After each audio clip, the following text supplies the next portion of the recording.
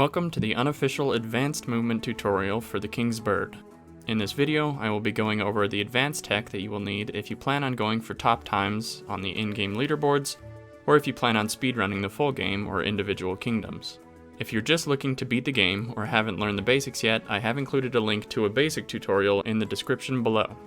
The names of the tech I have included in this video are the names that have been generally agreed upon by the speedrunning community, so if you have questions about any specific tech, we should be able to help if you use the names given in this video.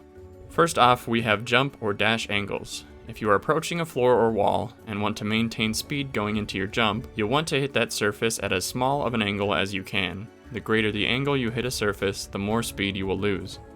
Next, we have corner boosts. A corner boost is when you jump from either a vertical wall into a sloped ceiling, or from an upward floor slope into a vertical wall.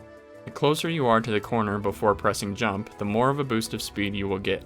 There are also several levels where you can perform what we call loops, which is gaining speed from a corner boost, then looping back to do another corner boost to gain even more speed. Many major skips are performed with loops, but they can be very difficult to do successfully, as the timing gets more difficult the more speed you have.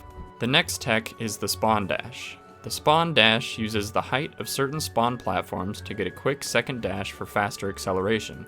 To do a spawn dash, you have to hold up, side, and dash without holding glide. This will give you just enough height to dash off the platform and then dash off the floor immediately after. If you hold glide, then you will angle up and lose your speed. If you don't hold the up button, you'll just dash down the platform. There's also a slightly more difficult version that can be done by releasing the dash button after the first dash and pressing it again for the second dash. This slightly faster version also requires less space for you to complete it, so it can be used in situations when you don't have enough floor space for the standard version. The spawn dash is also very useful for movement between hubs, as it can be used to chain dashes off of several platforms in a row. Next, we have the edge pull. An edge pull is when you dive into the corner of a floor while holding dash, up, and glide. The closer you are to the corner when you hit the floor, the bigger boost of speed you will get. This can be very useful for getting to higher areas when you don't have a lot of space or very many surfaces to work with. A similar strat to an edge pull is a short hop into a corner. Throughout the game, you will see several small ramps. If you time a short hop to hit the very top of the ramp, you can get an extra boost of speed that will also let you immediately control your glide. Next is the ledge cancel. A ledge cancel is done by pressing side and down when you reach a ledge while going up a wall. This tech can be used to get a quick dash on the floor surface and to avoid launching vertically off a wall when you have too much speed. It is important to note that a ledge cancel will put you at a set speed, so if you're looking to maintain speed around a ledge, it will often be better to take sharp turns into them while gliding instead of using the ledge cancel.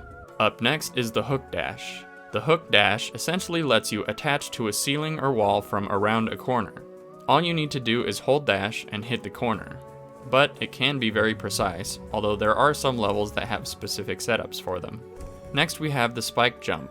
This is a very simple tech, but one you may just not think to try if you are routing levels on your own. Vertical walls with sloped spikes on the other side don't count as having spikes at the top of the wall, so you are able to dash off these types of corners and even land on them if you're careful. However, one good thing to note, both with spike jumps and jumps off of surfaces in general, is that if you touch a surface and leave it in the same frame, it will not refresh your glide. This happens to me most often on spike jumps, but can happen on any surface you jump off if your timing is precise enough. The final tech is called the vertical corner jump. Vertical corner jumping is done by pressing jump the moment you hit the top of a wall. This can help you get a higher jump straight up than you would be able to get from a normal jump. One use of this strat that has been found but yet to be used in a run is skipping the very beginning of the tutorial level. If you are interested in doing full runs, there are also two small glitches that you'll want to know about. The first is the cutscene dash from the dream at the beginning of the game. If you hold right and dash during the loading screen, you can sometimes get a free dash that happens before you regain full control of your character. You'll know you got it if you hear the sound effect for a dash before the black screen ends. We're still not sure how to do it consistently, but it can save you a few seconds at the beginning of a full run if you get it. The other cutscene skip happens near the end of the tutorial on this platform. The key to this skip is to hit the left edge of the platform and get a dash before the short cutscene begins. If you manage to get it, you'll hear the dash sound effect again. and your position after the cutscene will be slightly further to the right, saving you probably less than a second if anything. Finally, we have found that clipping into walls is possible, but we have found it very difficult to replicate intentionally outside of tool-assisted speedruns, and even more difficult to make it useful when we do. So, if you're interested in running this game and enjoy glitch hunting, there is potentially a lot of time to be saved on many different levels. And that is basically the end of my useful knowledge about the King's Bird. I hope this video helps. If you have any questions, you are welcome to ask in the comments, or you can always visit the King's Bird speedrunning Discord, where we're always happy to answer questions or discuss potential strategies. I have included a link to the Discord in the description. If you're interested in doing speedruns of the game, we also have several useful resources on speedrun.com, and we would be happy to help you get started. I have included a link for that in the description as well. I hope to see you on the leaderboards, and I hope you have a great day.